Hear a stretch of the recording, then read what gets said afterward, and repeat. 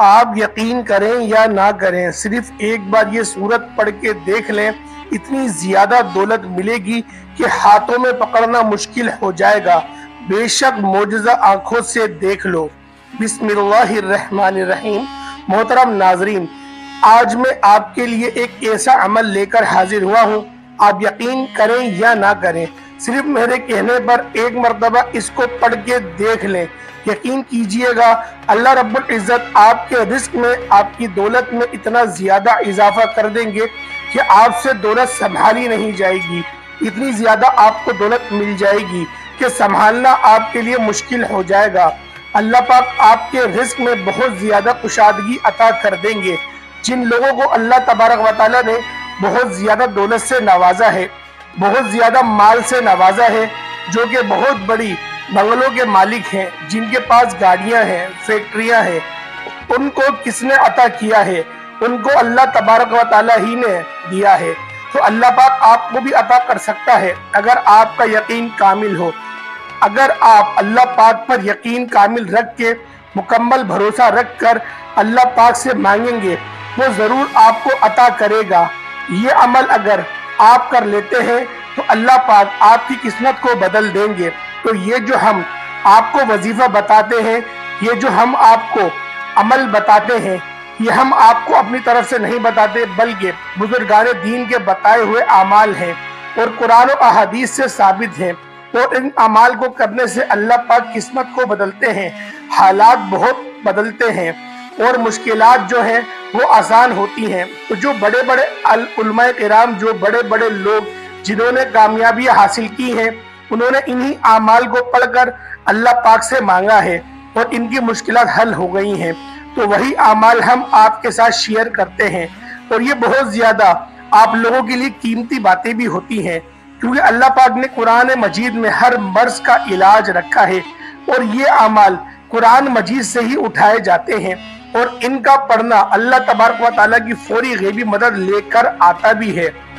ہر انسان کی مدد اللہ تبارک و تعالیٰ ہی کرتے ہیں، ہر انسان کی مدد، ہر چیز کی مدد، ہر ذات کی مدد اللہ تبارک و تعالیٰ کی ذات ہی کرتی ہے۔ سب کو رزق بھی اللہ پاک ہی دیتا ہے، اس کو مالدار بھی اللہ پاک ہی کرتا ہے۔ تو اگر آپ اللہ پاک پر بھروسہ رکھ کر اس عمل کو کریں، اللہ پاک آپ کی مدد فرمائے گا اور آپ کے حالات بہتر ہوں گے۔ ناظرین و کرام، اگر تو آپ وظائف کر کر کے اب تھک چکے ہیں، اگر تو آپ نے ہر ممکن کوشش بھی کر لی ہے، مگر اس کے باوجود بھی آپ کے رزق کی جو بھی تنگیاں ہیں، پریشانیاں ہیں، ختم نہیں ہو رہی، آپ بے حد مایوس ہو چکے ہیں، تو اب آپ مایوسی کو چھوڑ دیں، کیونکہ مایوسی کفر ہے۔ انسان کی فطرت ایسی ہے کہ اسے زندگی میں سب کچھ اپنے مطابق چاہیے ہوتا ہے، سب اس کی مرضی اور منشا کے مطابق نہیں ہوتا، تو وہ نا امید اور مایوس ہو جاتا ہے۔ ساتھ ہی اسے احساس ستاتا رہتا ہے کہ اب اسے مزید نہیں جینا۔ انسان بنیادی طور پر جلد باز واقع ہوا ہے، اسے اگر کچھ حاصل کرنا ہو تو وہ اس کے لیے تنگ و دور کرتا ہے، دعائیں مانگتا ہے، محنت کرتا ہے، مگر جب اس کی منشا کے مطابق اس کو پھل نہیں ملتا تو وہ تھک جاتا ہے، اور اسی تھکن میں وہ مایوسی کے اندھیروں میں اپنا وجود، اپنی امید اور اپنا یقین کو بھٹکتا ہوا پاتا ہے۔ اسی زندگی بے رنگ لگنا شروع ہو جاتی ہے، دوسرے الفاظ میں اس کی زندگی میں دلچسپی ختم ہو جاتی ہے۔ مگر یاد رکھیے گا کہ کچھ بھی ہمیشہ کے لیے نہیں ہوتا۔ وقت کی ایک خوبصورتی ہے کہ یہ کبھی بھی ایک جیسا نہیں رہتا۔ مشکل ہو تو آسانی بھی مل ہی جاتی ہے۔ حالات چاہے جتنے بھی کٹھن کیوں نہ ہو، مشکلات کے بادل جتنے بھی کالے کیوں نہ ہو، وہ آسانی کی صبح کا سورج ضرور طلوع ہوتا ہے۔ نہ دکھ صدارت رہتا ہے اور نہ ہی سکھ صدا رہتا ہے۔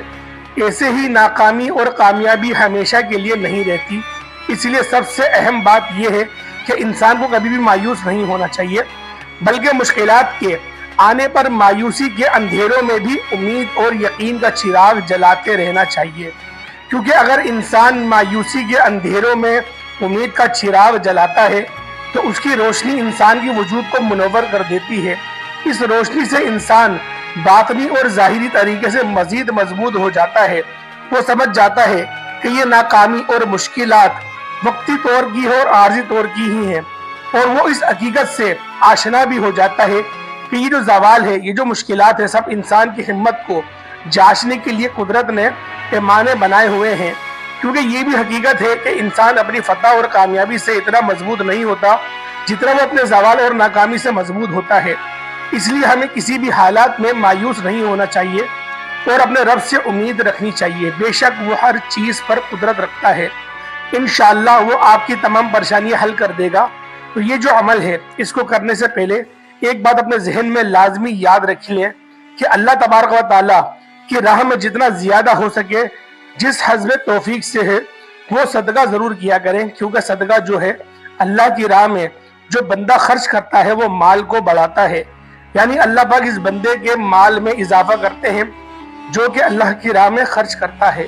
تو ناظرین، اسلام ایک مکمل ضابطۂ حیات ہے، لہٰذا یہاں معاشرے کے تمام طبقات کی بہترین اور خیالات رکھتے ہوئے اور ان کا خیال بھی رکھتے ہوئے زکوٰۃ و صدقات ایسے ہی احکامات ہیں جو معاشرے کی فلاح کا سبب بنتے ہیں۔ اور حدیث نبی بھی صلی اللہ علیہ وآلہ وسلم کا مفہوم بھی ہے کہ اگر صدقہ کرنے والا جان لے اور سمجھ لے کہ اس کا صدقہ فقیر کے ہاتھ میں جانے سے پہلے اللہ کے ہاتھ میں، اللہ کے دستے قدرت میں آ جاتا ہے، تو یقین کر دیں کہ وہ اس لذت کو لینے میں یقین کریں وہ پاگل ہو جائے گا۔ صدقہ جنت کے دروازوں میں سے ایک دروازہ ہے۔ صدقہ اعمال صالح میں افضل عمل ہے اور سب سے افضل صدقہ کھانا کھلانا ہے۔ تو صدقہ قیامت کے دن سایہ ہوگا اور اپنے دینے والے کو آگ سے خصوصی اور خلاصی عطا فرمائے گا۔ صدقہ اللہ عز و جل اور اللہ جل اللہ کے غضب کو ٹھنڈا کرتا ہے اور قبر کی گرمی کی ٹھنڈک کا سامان ہے۔ میت کے لیے بہترین ہدیہ اور سب سے زیادہ منافع بخش چیز صدقہ ہے، اور صدقے کے ثواب کو اللہ تعالیٰ بڑھاتے رہتے ہیں۔ صدقہ مصطفیٰ ہے، نفس کی پاکی کا ذریعہ اور نیکیوں کو بڑھاتا ہے۔ صدقہ قیامت کے دن صدقہ کرنے والے کے چہرے کا سرور اور تازگی کا سبب ہے۔ صدقہ قیامت کی ہولناک کے اور خوف سے امان بھی ہے، اور گزارے ہوئے پر افسوس اور اس کے جو گناہ گار جو اس کی زندگی گزری، صدقہ گناہوں کی مغفرت کا سبب بھی اور سیئات و کفارہ بھی ہے۔ صدقہ خوشخبری ہے اور حسن خاتمے کی اور فرشتوں کی دعا کا سبب بھی ہے۔ صدقہ دینے والا بہترین لوگوں میں سے ہے اور اس کا ثواب ہر اس چیز کو ملتا ہے جو اس میں کسی طور پر بھی شریک ہو۔ صدقہ دینے والے سے خیر کثیر اور بڑے اجر کا وعدہ ہے۔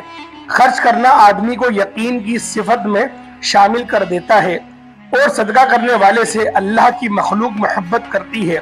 صدقہ کرنا جو دو کرام اور سخاوت کی علامت ہے۔ صدقہ دعاؤں کے قبول ہونے اور مشکلات سے نکلنے کا ذریعہ بھی ہے۔ صدقہ بلا اور مصیبت کو دور کرتا ہے اور دنیا میں ستر اور دروازے برائی کے بند بھی کر دیتا ہے۔ صدقہ عمر میں اور مال میں اضافے کا سبب بھی ہے اور کامیابی اور رزق کا سبب بھی ہے۔ صدقہ علاج بھی ہے اور دوا بھی ہے، اور شفا بھی۔ صدقہ آگ سے جلنے اور غرق ہونے، چوری اور بری موت کو روکتا ہے۔ صدقہ اجر ملتا ہے، اور چاہے جانور اور پرندوں پر ہی کیوں نہ ہو۔ یقیناً اس تحریر کو پڑھ کر آپ صدقے کے فضائل اور اپنی روح قلب میں اتار دیں گے، اور دل میں صدقہ کرنے کا ارادہ کیا گیا ہو تو وہ آپ لوگ انشاءاللہ العزیز آج جو بھی میں نے آپ کے آگے بیان کرا، جو میں نے اپنا درس آپ کے آگے پیش کرا، اس سے آپ لوگ ضرور صدقے میں کچھ زیادہ اضافی بھی کریں گے، کیونکہ آپ لوگ بہت نیک لوگ ہیں، آپ لوگ بہت اچھے لوگ ہیں، آپ ویسے بھی اپنی زندگی میں صدقہ کرتے ہیں، لیکن آج اس ویڈیو کو دیکھنے کے بعد آپ لوگ غیر معمولی یعنی کہ تھوڑا اور زیادہ صدقہ کریں گے۔ تو پیارے دوستو، عمل کی طرف چلتے ہیں۔ آج کا وظیفہ جو ہم آپ کی خدمت میں لے کر آئے تھے، وہ وظیفہ آپ کے حوالے کر دیتے ہیں۔ سب سے پہلے آپ نے تعوذ اور تسمیہ پڑھنا ہے، یعنی کہ اعوذ باللہ من الشیطان الرجیم بسم اللہ الرحمن الرحیم۔ ان دونوں کو 3 مرتبہ پڑھ لیں۔ اس کے بعد نبی پاک صلی اللہ تعالیٰ علیہ وسلم کی ذات پاک پہ درود ابراہیمی بھی پڑھ لیں۔ تو ثواب کی نیت سے ایک بار میرے ساتھ بھی پڑھ لیں۔ اللہم صلی علی محمد وعلی آل محمد کما صلیت علی ابراہیم وعلی آل ابراہیم انک حمید مجید۔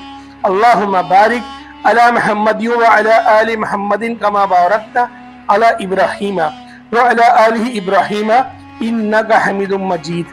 پھر جیسے ہی آپ درود ابراہیمی پڑھ لیں، اگر آپ کے پاس تسبیح موجود ہے تو تسبیح لے لیں۔ اگر اس وقت تسبیح نہیں ہے تو آپ سیدھے ہاتھ کی انگلیوں پر بھی یہ وظیفہ کر سکتے ہیں۔ پھر تسبیح یا انگلی کے پہلے حصے یعنی کہ پہلے دانے پر آپ نے 3 مرتبہ یا اللہ یا رحمانو آپ نے 3 مرتبہ صرف پڑھنا ہے۔ اس کے بعد آپ نے مکمل سورۃ الکوثر پڑھنی ہے۔ انا اعطیناک الکوثر فصلی لربک وانحر ان شانئک هو الابتر۔ پھر 1 مرتبہ آپ نے سورۃ الاخلاص قل هو اللہ احد اللہ الصمد لم یلد ولم یولد ولم یکن لہ کفوا احد مکمل پڑھ لینی ہے۔ پھر 1 مرتبہ سورۃ العلم نشرح یہ آپ لوگوں نے ایک بار ہی پڑھ دے دی ہے۔ اور کس طرح سے پڑھنی ہے؟ علم نشرح لک صدرک ووضعنا عنک وزرک الذی انقض ظہرک ورفعنا لک ذکرک فإن مع العسر یسرا ان مع العسر یسرا فإذا فرغت فانصب إلى ربك فارغب۔ یہ آپ کا عمل ایک دانے کا مکمل ہوا۔ اسی طرح دوسرے دانے پر بھی یا اللہ یا رحمانو یا اللہ یا رحمانو یا اللہ یا رحمانو 3 مرتبہ پڑھا۔ اس کے بعد آپ نے 1 مرتبہ سورۃ الکوثر، 1 مرتبہ سورۃ الاخلاص، پھر سورۃ العلم نشرح ایک بار۔ یہ آپ کا دوسرا دانہ آگے بڑھ گیا۔ اس طرح آپ نے 313 مرتبہ یہ تسبیح پڑھنی ہے۔ آپ نے اسی ترتیب کے ساتھ پڑھنی ہے۔ پہلے یا اللہ یا رحمانو یہ 3 مرتبہ پڑھا، اللہ پاک کے 2 صفات نام، سورۃ الکوثر ایک بار، سورۃ الاخلاص ایک بار اور سورۃ العلم نشرح ایک بار، یہ آپ نے پڑھا۔ اس کے بعد آپ لوگ 3 تسبیحات استغفر اللہ کی پڑھیں گے، یعنی کہ استغفر اللہ استغفر اللہ استغفر اللہ۔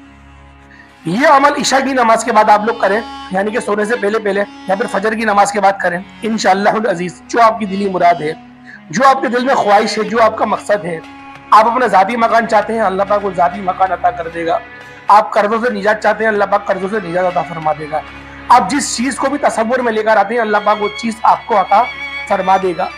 آپ کا بچہ اگر کھانا نہیں کھاتا، جیسے چھوٹے بچے ہوتے ہیں جو 1 مہینے کے ہوتے ہیں، 2 مہینے کے ہوتے ہیں، وہ بہت روتے ہیں، بڑا پریشان کرتے ہیں، کھانا نہیں کھاتے، تو ان کے لیے بھی اس وظیفے کو کیا جا سکتا ہے اور اللہ پاک سے دعا کی جا سکتی ہے۔ اللہ پاک فوراً اس دعا کو قبول فرمائے گا اور آپ کا بچہ صحت مند ہو جائے گا اور ساری چیزیں کھانے بھی لگے گا۔ کوئی بیماری اس کے پاس ہے تو اس بیماری سے بھی اللہ پاک اس کو شفا عطا فرمائے گا۔ اللہ پاک کے کلام میں بڑی طاقت ہے، اللہ کے نام میں بڑی تاثیر ہے۔ جب آپ لوگ اس وظیفے کو اپنے پورے دل اور پورے کامل یقین اور اپنی پوری ایمانداری جو آپ کی کنسنٹریشن ہے اس کے ساتھ آپ لوگ کریں گے، انشاءاللہ آپ کو لازمی فائدہ ہوگا۔ اور قرآن پاک بے شک ہر چیز کا علاج اس میں موجود ہے۔ تو پیارے دوستو، امید کرتا ہوں آج کی ویڈیو آپ کو اچھی لگی ہوگی۔ جو میرے بہن بھائی دعا کے لیے کہتے ہیں، اللہ پاک ان سب کی نیک حاجتوں کو پورا فرمائے، اللہ پاک ان سب کی دلی مرادوں کو پورا فرمائے۔ جو میری بہنیں رشتے کے لیے بیٹھی ہیں، اللہ پاک ان کو نیک رشتہ عطا فرمائے۔ جو میرے بہن بھائی روزی روزگار کے لیے پریشان ہیں، اللہ پاک ان سب کو کشادہ اور ایک اچھا روزگار عطا فرمائے۔ جو میری مائیں بہنیں بیمار ہیں، اللہ پاک ان سب کو شفا کلی نصیب فرمائے اور مرتے وقت ہمیں کلمہ طیبہ پڑھنے کی توفیق عطا فرمائے۔ اللہ کے حضور سیدھے ہاتھ میں اپنے اعمال نامے کو لینے کی توفیق عطا فرمائے۔ انشاءاللہ پھر ہماری ملاقات ہوگی، تب تک کے لیے اجازت دیں۔ السلام علیکم ورحمۃ اللہ وبرکاتہ۔